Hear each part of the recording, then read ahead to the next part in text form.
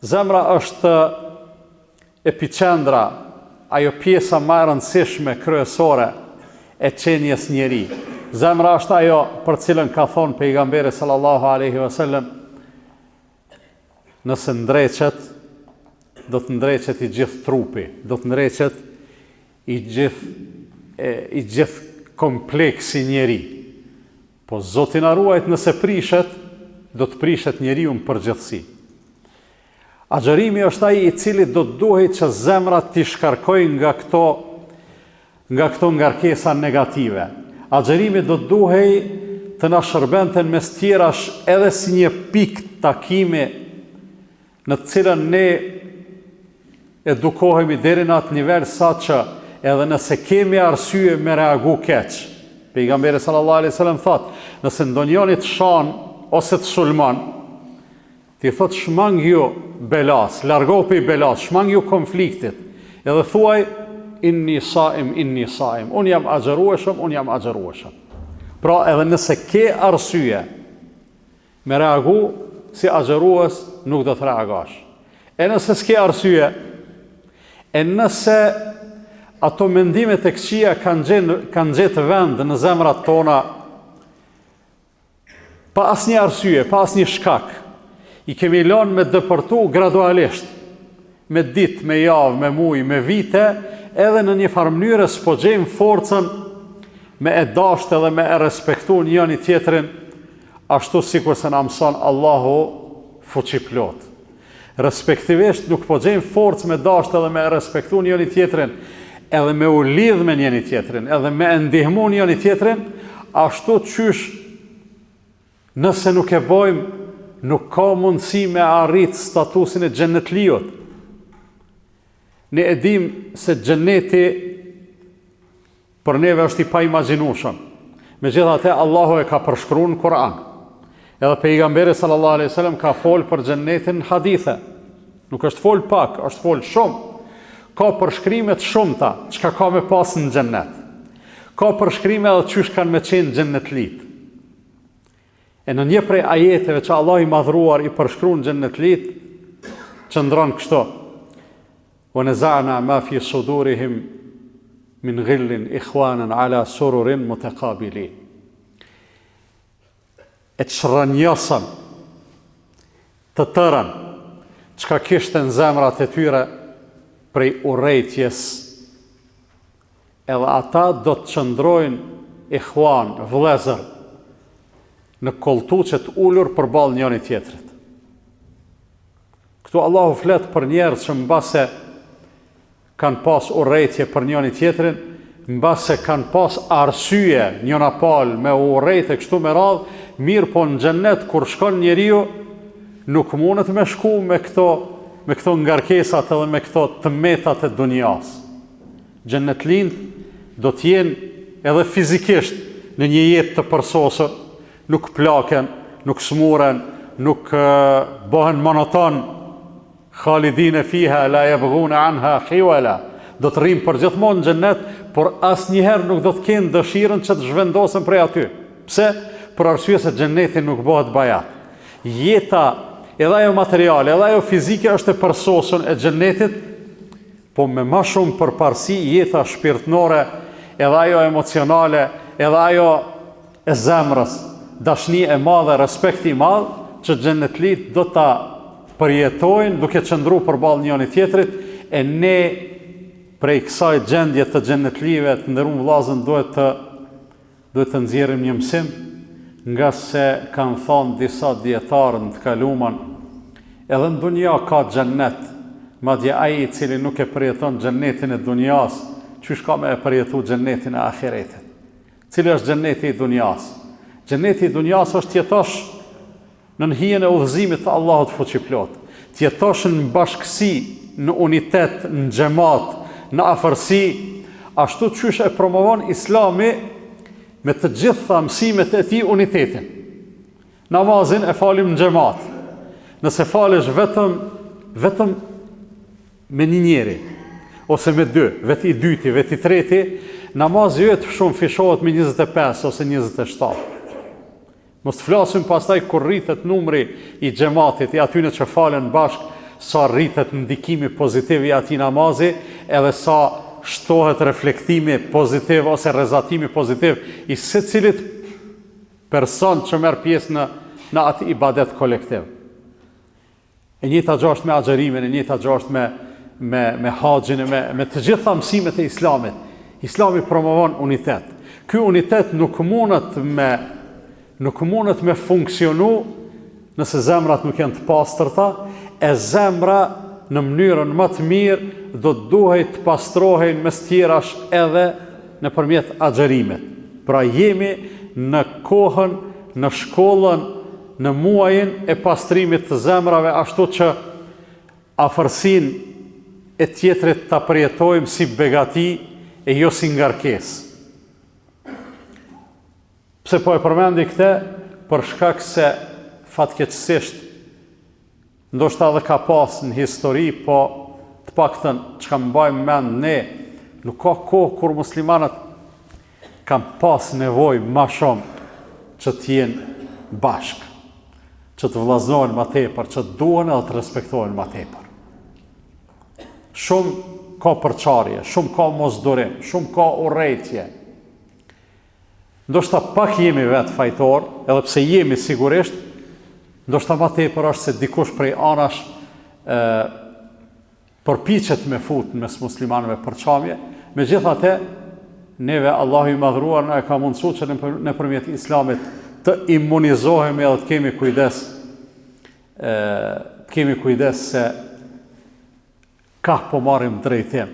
Për arsye se për të shpëtuar edhe për të arritur lumturinë, vetëm një drejtim është. Drejtimi i kënaqësisë së Allahut fuqiplot, drejtimi i xhennetit. Ka do që t'ja mbajmë tjetër ka, nuk ka mundësi njeriu me pas sukses në jetën e tij. Andaj të kemi kujdes për zemrat, për arsye se krejt mirësit pastaj, krejt mirësit që ka vinë, aty e kanë vendin.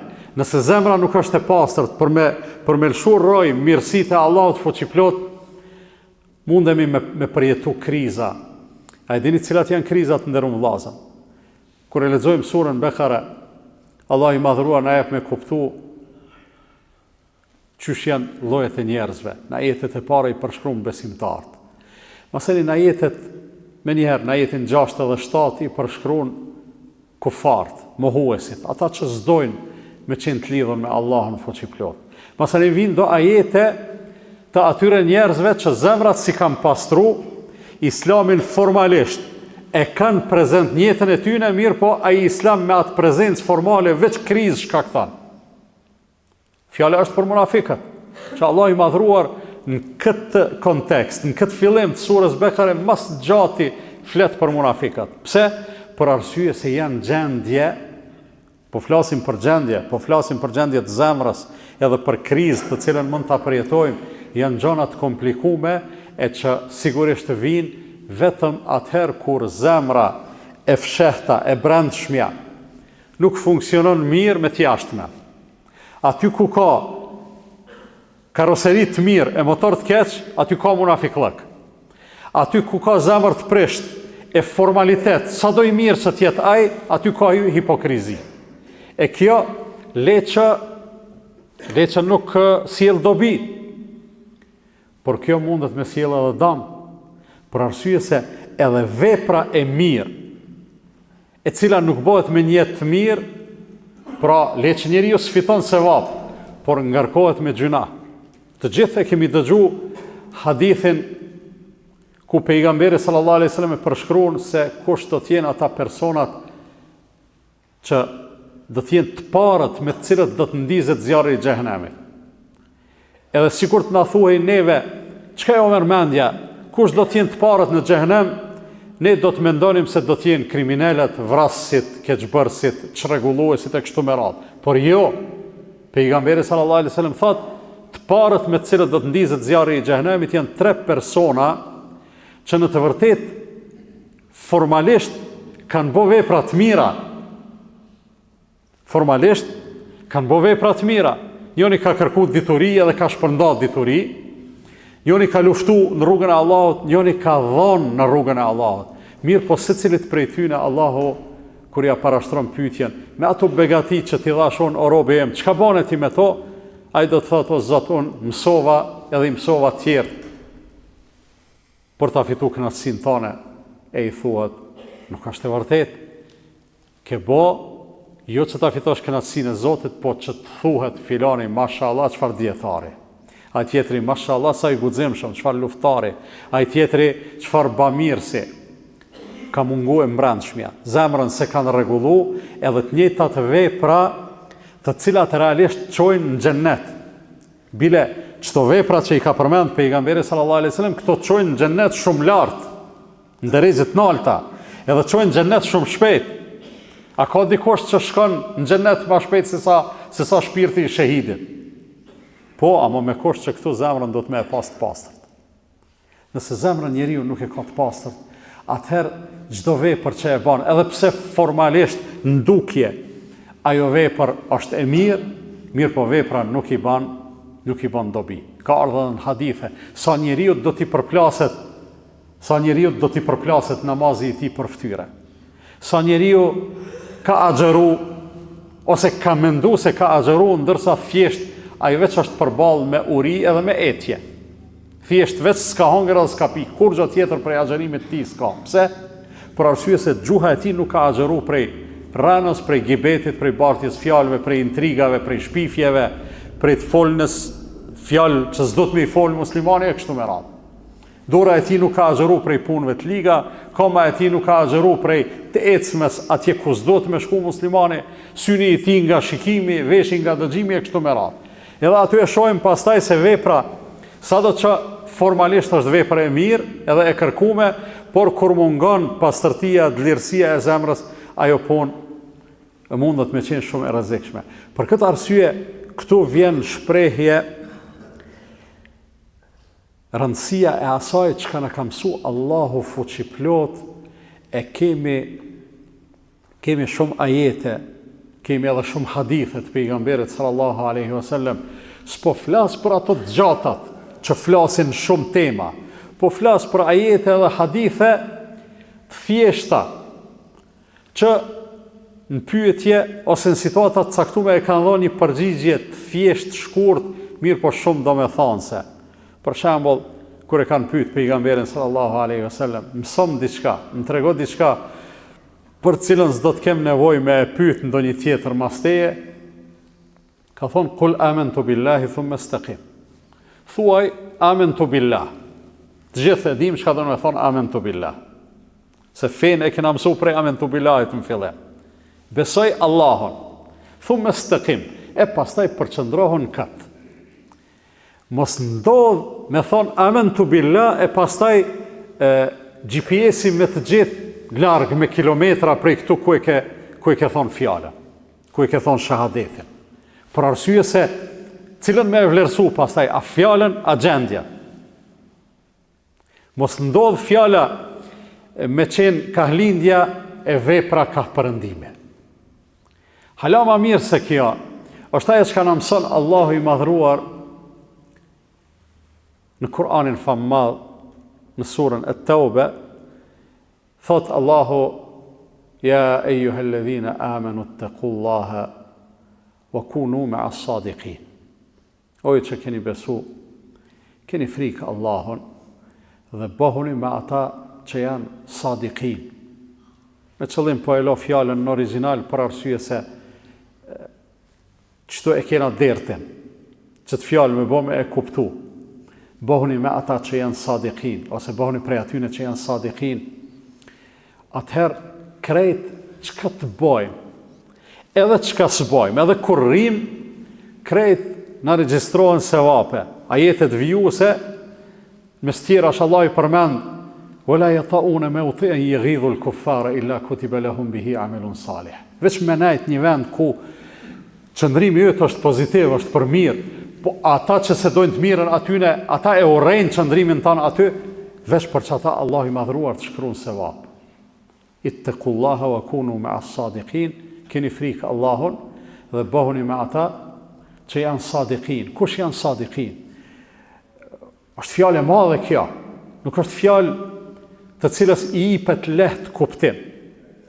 është fjalë e cila ka manifestim, ka shtrirje, e gjejmë në të gjitha fushat e jetës sot. Sadiqin janë ata të cilët kur flasin e thonë të vërtetën. Sidq, kur themi sadakallahu al-azim, të vërtetën e ka thonë Allahu i madhruar. Pejgamberit sallallahu alaihi wasallam i kanë thonë as-sadiqul masduq, ai që e ka folë gjithmonë të vërtetën, po edhe është konfirmuar e vërteta e tij. Ebu Bekrit radhiyallahu anhu i kanë thonë siddiq. Pse? Sa e ka folë të vërtetën, po e ka besu shumë të vërtetën. Kur i thanë se pejgamberi sallallahu alaihi wasallam ka shku në qiell edhe është kthy, po thot ka shku në qiell edhe është kthy, hala pa ju ftov shtrati, a Ebu Bekri hala se kishte taku pejgamberin sallallahu alaihi wasallam që më ndëgju këtë rrëfim prej tij, thanë nëse ka thonë, sigurisht që është e vërtetë. Edhe Ebu Bekri u quajt siddiq. Një drejtë shumë e avancume e këtyne sadiqinëve. E fol të vërtetën, e përqafon të vërtetën, e konfirmon të vërtetën, mirë po prapë do të me thonë edhe këte. Sidku nuk është veç të fjala. Ani pse fjala është zanafilla. Sikur islami jonë, që nuk është veç të fjala.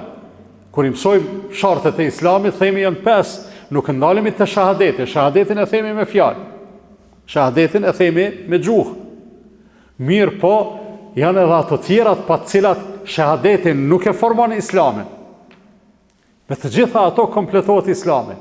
Edhe sidku, me qenë sadiqin e vërteta, nuk është veç me e thonë me fjalë, por edhe me ju përmbajt asaj, edhe me e konfirmu, po edhe me e dëshmu me vepër. Sidku përkthehet edhe si sinqeritet, sadiq i sinqert, i përzemërt. Përkthehet edhe kështu, unë një ditë i folsha xhamatit për çet ajet, edhe i thash, menoj se ndoshta mas afërti ja ban me thonë ajo që e themi, në Kosovë e themi, po besoj që edhe te ju e thonë me e pas për një men. Me e pas për një men. Pra, kini frikë Allahun dhe bahuni prej atyne që e kanë për një mend. Pse? Sa ai që e ka për një mend, ai kur nuk hamendet, ai kur nuk kthehet mrapa, ai kur s'ka dyshime, ai kur parimin e vet nuk e shkel, ai kur fjalën e dhon nuk e tradhton, ai kur atë që e merr përsipër nuk e lën pa e kry, ai kur nuk lejon që fjala edhe veprat e tij me orë ndesh, me u përplas, po edhe fjala edhe veprat shkojnë të njëjtin drejtim. Pra, ata që e kanë për një mend, që janë sadiqin, fjalët edhe veprat i kanë në ekuilibër, i kanë në balans. Kudo që mungon balansi, jeta nuk funksionon mirë, as lëvizja nuk funksionon mirë. Fjalët edhe veprat duhet gjithmonë me qenë të koordinume, në koordinim të plot, edhe Allah i madhruar i qorton njerëzit, madje na qorton neve si besimtar, se thirrja ka fillu me ja ayyuhalladhina amanu, lime taquluna ma la taf'alun. Pse një gjë me e thonë, e një gjë tjetër me e punu. Pse po e flisni atë që nuk po e veprani. Pse i keni fjalë të kaq të bukura e veprat jo. Kështu po na çorthon Allahu i madhruar edhe po thot kebura maktana inda Allahi an taqulu ma la taf'alun. Është shumë e rënë, edhe shumë e urrejton, edhe shumë e keqe te Allahu, që fjalët edhe veprat mos me qenë në përputhje, po jo në çdo përputhje, jo gjithkund, po aty ku është razia e Allahut, aty ku është udhëzimi, për arsye se ka njerëz që i kanë edhe fjalët edhe veprat një vend, po për keq, ata s'janë pjesë e kësaj çka po flasin. Po besimtari e ka fjalën la ilaha illallah, Muhammedur Rasulullah, edhe veprën duhet me e pas çaty. La ilaha illallah, kërkuj nuk i bëj edhe nuk i nënshtrohem, nuk i bëj ibadet përveç Allahut, duhet me dëshmu me vepër. Muhammed Rasulullah, po e pranon pejgamberin sallallahu alaihi wasallam për Rasul të Allahut, me dëshmu me vepër, që je tamam kur të sheh dikush ty, Me e pa një kopje të pejgamberit sallallahu alaihi wasallam. Në çka? Në fjalë, në sjellje, në vepra, në edukat, e cila fatkeqësisht sot neve na mungon shumë. Na shumë e dojmë pejgamberin sallallahu alaihi wasallam edhe nuk dyshoj edhe njerëzit ndoshta që kanë ngjecje në veprat e veta, ai thot vetë të musliman pejgamberin sallallahu alaihi wasallam e don. Mirë pa ajo dashni është e zbeth derisa të mos hecim çasaj rrugë ka ecë pejgamberi sallallahu alaihi wasallam. Atëherë bëhemi sadikin, se kemi thonë la ilaha illallah Muhammedur Rasulullah, edhe na kur të na shet dikush thot ky ka pe ummetit Muhammedit sallallahu alaihi wasallam. Pra ekziston balansi i plot, ekuilibri i plot mes fjalëve edhe veprave të ata që janë sadikin. Ata që janë sadikin e kanë zemrën edhe shpirtin e kanë të pastërt, e kanë të bardhë, e kanë pa ngarkesa. Edhe si të këtill fitojnë shumë. Sahabët janë kanë një ditë të nejtë me pejgamberin sallallahu alaihi wasallam, këtë ngjarje e rrëfen Enesi radiallahu an, thot ishim të nejtë, erdhi njeri, në vërtet para se me ardha njeri, po thot pejgamberi sallallahu alaihi wasallam, çtash ka me ardh një xhenetli. Çtash ka me ardh një xhenetli. Edhe thot u fut një njeri, këta s'po ja përmenin emnin, nëse kena marrë vesh që ka pas emnin ai njeri. Se pak ka rëndësi që ka pas emnin. Ja kështu mësu emnin, filan, fistek, çka kështu fitu, kur gja. Ama çfarë përshkrimi i kanë bërë sahabët këtij njeriu është shumë e rëndësishme për neve.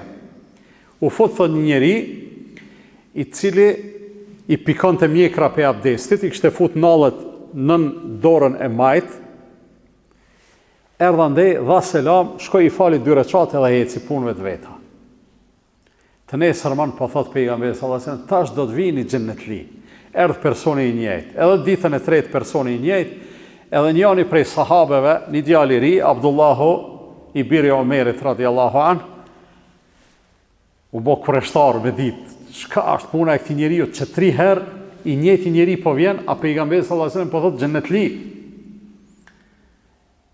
Edhe vendos me shku, me e këqyr çka është puna e tij. Po çysh me i thon, o burr, kështu tha pejgamberi alayhis salam për ty. Nuk deshti, po deshti me e këqyr në befasi.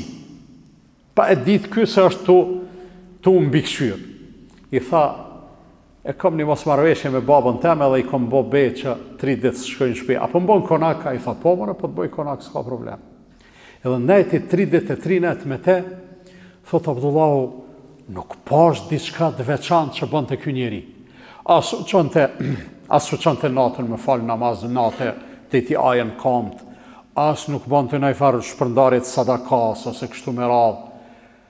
Qysh kemi qef na me i vlerësu njerëzit me ato punë formale që i bajmë. Realisht diçysh do të me i vlerësu. Ama thot e pash një gjatë, thot saher natën, se thot unë fleja nga ti në odë aty, ai me një shtrat, unë me një shtrat. Thot natën kur rotulloj, kur endron të krahun, bën të dhikën. E përmen të Allahën. Subhanallah, elhamdulillah. Thonë të fjallë të dhikrit. Edhe mas natës tretë u zgjumë mëngjes, i thash o burr, po du me të tregu diçka. Unë thot nuk kam kur farë problemi me babën tim, po ishim një ditë duke ndajt dhe pejgamberi sallallahu alaihi wasallam tha tash do të vije një xhenetli erdhë ti. Po njëta gjatë ndodhe edhe ditën e dytë edhe ditën e tretë. A bën me më tregu, çka është puna jote? Qyshe meritove ti këtë myshde, këtë sihareq? Ai thot, vallahi o vlla, thot, ti kena 3 ditë me mu, më ke pa, kush jam, çka baj, s'baj diçka. Vesh thot një gjë e baj. Para se me ra në gjumë, thot e shkarkoj zemrën, prej çdo urrëtie, prej çdo inati, prej çdo idhnimi, paragjykimi prej muslimanëve. Do thon para se me ra në gjumë, ja u bëj halal krejt muslimanëve. Thomo Allah, nuk kisha pas qef askush me u ngarku me gjuna shkaku jam. Krejt po i fali. Edhe thot, shtrihe me flajt edhe flaj rahat. Abdullahu e kuptoj ku qenë ka esenca e kësaj mirësie. Tha, kjo është, ama nuk mundet gjithkosh me arrit. Sot ndërru vllazën, ai keni pa xhamiat janë plot për taravih, dhe kjo është gjë e mirë shumë, elhamdulillah. Taravia është namaz nate. Masën 10 net të fundit, qiyami, tahajjudi, namazi natës, plot xhamiat edhe në rrugë falen musliman. Edhe në vendet arabe, edhe te na, edhe gjithandej. Elhamdulillah, të rritet zemra. Shumë e mrinë që to, shumë e bojnë që to. Mirë po, sa arrin deri në atë nivel që para se me ranë gjumë edhe ato çdo ditë jetës ti me thonë o Zot, kush më ka i dhënu sot, halal i qoftë. Kush më ka ngacmu sot, i falën qoftë. Pak kush e banë këto. Se Abdullahu e pranoj, të konë djali Hazreti Omerit vetë, tha këto s'mundet gjithkush me arrit. Pra, ata sadikin, zemrën në radhë parë e pastrojnë, e pastaj gjymtyrët e bojnë punën e vetë. Edhe durët, edhe komët, edhe sytë, edhe rukuja, edhe qiyami, edhe sejdja, edhe dhonja, edhe agjerimi. Kretë pastaj bohen dëshmi të asaj dlirësie, edhe të asaj mirësie të zemrës. Sadikint janë korrekt edhe të mirë në raport me tjetrin, edhe me pas nevojë me sqarohen. Korrekt janë për shkak se besimtari gjithmonë e sheh tjetrin, e sheh vllaun e vet më të mirë se vetën. Me mujtë që shtu me e bo vetën tërbije i shkon shumë mirë. Me thonë, vallahi, one hoxhi jam, vallahi me thonë, hoxha i Sarajit është më i mirë se unë. Hoxha i filon venit është më i mirë se unë. Në mesin e hoxhallarëve unë jam aty ka funi dikon, në fund të listës. Po secili pastaj nëse e bën çito, çka ndodh? Te secili krijohet respekti për tjetrin. Haxhia për haxhiun, hoxha për xhamatin, xhamati për hoxhën, vllau për vllaun, e kështu me radhë. Respekt. Kam thonë, nëse e takoni njerit që është më i vjetër se ti, thuj i lumi ky ka bo vepra të mira ma shumë se onë. Do thonë, me një herë të rritët respekti për te, se ka bo ibadet ma shumë se ti. Po nëse e takon një ma të ri se ti, prapë thuj, i lumi ky, ka bo gjunohe ma pak se onë. E i vjetri ka bo vepra të mira ma shumë se onë, ky i riu ka bo gjunohe ma pak se onë, kush po mbetet i keqi këto? Unë. Jo i keqi, po te vlerëson tjetrin, po edhe ai pastaj ka me të vlerësu ty, edhe kësaj zemrat shkojnë duke u pastru, duke u kullu, edhe raportet mes njerëzve shkojnë duke funksionu që është mas mirit, që është kënaqësia e Allahut. A e dini vllazën që me fitu sevap, pa bo kur gjo, veç vllaznillahu na e mundson. Kur do të vinë ditën e gjykimit momenti, edhe do të thot Allahu fuqiplot, ku janë ata, le të qohen ata që janë ndasht për hir timin. Janë ndasht, çka kanë bo, kur gjo s'kan bo. As kanë ngry kanal, as kanë rendit tulla, as kanë qit beton, kur veç janë ndasht. Unë e du filonin edhe filonin më donë mu. Ku janë ata që janë ndasht për hir timin? Do të jenë pozita shumë të nalta, shumë të lakmueshme, pa ndonjë angazhim shumë të madh. Pse? Për arsye se dashnia nuk vjen me formalitet, dashnia buron prej zemrës. Zemra do të me qenë e pastër, njeriu do të me e pas për një mend. Në momentin që e ka për një mend, ata pastaj bëhen edhe të përkushtuar në arritjen e kënaqësisë Allahut fuqiplot. Ai që e ka për një mend, ata që janë sadikin, a bëhen me laçe, a bëhen të pagabushëm? Jo, edhe ata gabojnë. Mirë po ai që është prej sadikinëve, në momentin që gabon, që të është dalimi, në momentin që gabon, edhe ti i thu, o vlla, gabove, ai mas pari ta din për nerë, thot Allah të shpërbleft që më tregove që kam gabu, edhe me njerë e merr rrugën e përmirësimit. Ka thonë, transmetohet këtë thonë Omeri radiallahu an, rahimallahu mra'an, ehda i leja ujubi.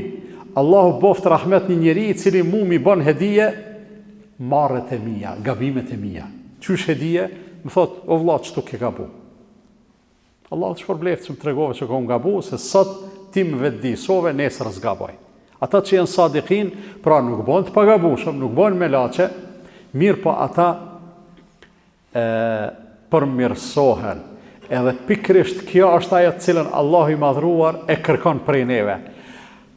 A keni gjetë ndaj ajet në Kur'an, ose ndaj hadith pejgamberit sallallahu alaihi wasallam, që thot Allahu, o robët e mi, mos bani gjunahe, ose mos gabani? S'ka që si ajete. Nuk ka. Mos gabani, s'ka. Ka mos pini alkohol, ka mos villni, ka mos rani, ka një kështu. Ama mos gabani, s'ka. Pse? Për arsye se sikur Zotit na thonte mos gabani, ai do të kërkonte prej neve diçka që na s'munëm me e bë. E Allahu s'ka kërku, la yukellifullahu nafsan illa wus'aha. Allahu s'ka kërku diçka të cilën ne s'munëm me e bë. Allahu ka kërku vetëm ato që mundemi me i bë, e për këtë arsye nuk ka ajete që thotë mos gaboni, po ka shumë ajete që thonë përmirësohuni, pendohuni illa alladhina tabu wa aslahu, përveç atyre që pendohen edhe përmirësohen. Wa tubu ila Allahi jami'an ayyuhal mu'minuna la'allakum tuflihun, dhe pendohuni tek Allahu të gjithë, o ju besimtar, në mënyrë që të shpëtoni. Ja ibadi alladhina asrafu ala anfusihim la taqnatu min rahmatillah. O ju robët e mi, qëra Allahu po na përgëdhel, na thirr me robët e mi, Allahu me thon ti je robi jam. Kërkon dunja s'munësh me mrim analt. Munësh me u bë ministër, kryeministër, president, mret, çka dush munësh me u bë. Avo më naltë se sa robi Allahut nuk ka. Nuk ka. E Allah po i qunë, robët e mi, po i thirë, po na thirë neve, anë përshkrimi nuk ka fort i këndshëm. Thirrja është e këndshme, është e mirë, po masanej cilët janë ata, na duhet me urrudh pak, alladhina asrafu ala anfusihim. O ju robët e mi që e keni tepru, të na thojnë në Kosovë, ja keni nxjerr funin me gjunahe. E keni tepru, po prapë po na thotë robët e mi. Edhe mas kësaj, çka po na thotë? La taqnatu min rahmatillah. Mos e humbni shpresën në rahmetin e Allahut. Inna Allahe yaghfiru dhunuba jami'a. 4 përgëdhelje janë në çet ajet. Përgëdhelja e parë është thirrja, o ju robët e mi. E dyta, la taqnatu min rahmatillah. Mos e humbni shpresën në rahmetin e Allahut. E treta, inna Allahe yaghfiru dhunuba jami'a. Allahu i falë gjunahet që të gjitha. S'ka gjuna që Allahu nuk e falë, edhe atëherë kur ndoshta na jemi në gjendje, vetit si ja këshim falë. Unë e kom bani gjuna, si ja kësha falë vetit. Shkoj te hoxha, përsa ta shkoj te hoxha, i thamë, o gjëvendi, kom bo kështu, a më falë Allahu. Pse e boj këtë pytje? Se vetit si ja kësha falë. Do thonë, me kriteret e mija është gjuna i pa falëshëm. E hoxha thot, jo, Allahu i falë të gjitha gjunaj, yaghfiru dhunuba jami'a. Përgëdhelja e tretë edhe e katërta, inna Allahe ghafurur rahim. Allahu është falës i madh edhe mshirues i madh. Shumë ka ajete, madje ka edhe ajete ku Allahu i madhruar kërcënon, po prap ajete përfundon me Wallahu ghafurur rahim. Me na tregu që punë mos i bani, punë të këqija mos i bani, mos ja u mësyni. Por nëse i keni bë, atëherë mos e humbni shpresën.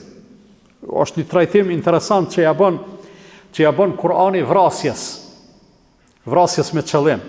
O me yaqtul mu'mina muta'ammidan fa jazaohu jahannamu khalidan fiha. Ai i cili e vret një besimtar me qëllim, ndëshkimi i tij do të jetë xhehenemi në cilin do të shndrojë përgjithmonë. Mirë, po ai që i ka vrarë 99 vetë, e që na ka tregu pejgamberi sallallahu alajhi wasallam për te, pastaj e ka vrarë 100-tin. Rrëfimi i jep me kuptu se atë Allahu e ka falë. Edhe ai vrasjet me qëllim e ka bë. Bilet që ato 100 sigurisht me qëllim e ka bë. Qysh me i bashku këto dy gjana? Nëse e shet dikon që ja ka mësy, është të i vlu gjaku edhe është mush plot pezëm, e dhënim, e mlef, e don me vra dikon, ati do të mi thonë, qëre nëse e vret një njeri me qëllim, ki me shku në xhehenem për gjithmonë, kur s'ki me dalë prej xhehenemit. Ama nëse dikush e ka vra diken, e masën e i lypë zgjidhje, sikur ai i 99 vetëve, i ka ardhë keq, o pendu, tjetër është puna e ligjit, a do të me u sankcionu, ajo është këtë tjetër muhabet na po flasëm qysh do të me kon lidhja me Allahun, ati do të me i thonë, inna Allahi yaghfiru dhunuba jami'a. Allahu i falë të gjitha gjunahet. Ka njerë disa mendojnë, thonë, Allahu i falë të gjitha gjunahet, veç shirkun nuk e falë. Unë e thëmë, Allahu edhe shirkun e falë. Po Allahu kur thotë se falë shirkun nëse njeriu vdes në shirk, nëse bon shirk, edhe vdesën shirk, edhe s'pendohet, a ja poft shirën, mos thëmë ja poft hajrin. A ka bo shirk o pendu, edhe ato e falë, edhe shirkun Allahu e falë. Ka pas për sahabeve që në konë mushrik, para se më bo musliman, ja u ka falë Allahu shirkun, i ka përgëzu pejgamberi sallallahu alajhi wasallam me xhennet, të konë gjallë. Pse? Për arsye se që kjo është ajo mirësia ma e madhe me të cilën po du me e përfundu, që Allahu i madhruar neve na e jep.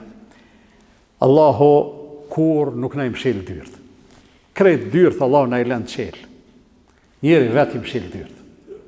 E mshil derën, nuk e shfrytëzon pra pendimin. E mshil derën e kthimit ka Allahu fuqiplot, e mshil derën e nënshtrimit ndaj Allahut të thonë hajt se nesër. Ajo e nesër mja mundet me qenë kiamet. E nesër mja, ai që thot, kom fillu në Ramazan me i falë gjumat, ose akshamin edhe sabahun. Tena ka njerës e falin sabahun e akshamin, po getë më të shkurta, më të leta, fillojnë me ka dy. E ato tjerat, inshallah. Po, ma që kjo inshallah mundet mos me pas vakt. Inshallah sot një javë, po çka nëse nesër bëhet kiameti? Thot dikosh, po jo xhallarët po na thoni që kiameti nuk bëhet, derisa të ka njerëz që thonë Allah Allah. O kiameti për ty bëhet në atë moment që ti mshelsh syt, jo si çelma. Idha matel insanu faqad qamat qiyamatu. Vdes njeriu, bo kiameti për ta. Ja ai s'ka kufizim. Mundet mas 5 minutave me ndodh. Për këtë arsye njeriu ja mbyll vetes derën me hajtse, e këto s'dohet. Se cilën mirësi duhet në qast në nderuar vllazën me vendos, edhe me u kthy Allahut, edhe me u pendu me hik dorë për gjunajt, për cilit do të gjuna. Nuk ka diçka që s'munëm me elan. Dikush thot, për marrë shembull, le të ma bojnë halal dohanxhit. S'muj me elan dohanin, po ti s'ke lind me dohan. A ka lind dikush dohanxhi? S'ka lind. E kanë mësu. Edhe se kanë mësu për njëherë, a është qështo? E kanë mësu kadale. Edhe me elon munën kadale. Po gjatë ditës Ramazanit, po elon bukën, po elon ujë, elon edhe ato. Për arsye se prej synimeve të agjerimit, nuk është veç me elon bukën edhe ujën, po me i braktis krejt ato vepra me cilat Allahu i madhruar s'ka qef me na pa, se la'allekum tattaqun, pikrisht që kjo është. Mënyrë që të bëheni devotshëm, pra në mënyrë që të bëheni çashtu qysh Allahu ka qef me ju pa. Allahu na boft çështo. Allahu na boft prej atyre që e kanë për një mend, prej atyre që janë devotshëm, prej atyre që i shfrytëzojnë dyert e mirësisë së Allahut e nuk i mbyllin ato. Na i pranofti Madhi Zot ato që kemi bë deri tash mirë, na i falt ato që kemi bë gabim, këto që kanë mbet na i mundsohet me i shfrytëzu çysh është më miri. Allahu ju shpërbleft shumë. Allahu koft razi që më dëgjut edhe pse e zgjata one. Allahu shpërbleft edhe Hoxhan Omer edhe krejt juve edhe atyne që më kanë bo ftesë, e inshallah Allah na mundson që gjithmonë në hajrin mirësi me u taku. Subhanak Allahumma bihamdik. Ashhadu an la ilaha illa anta astaghfiruka wa atubu ilaik.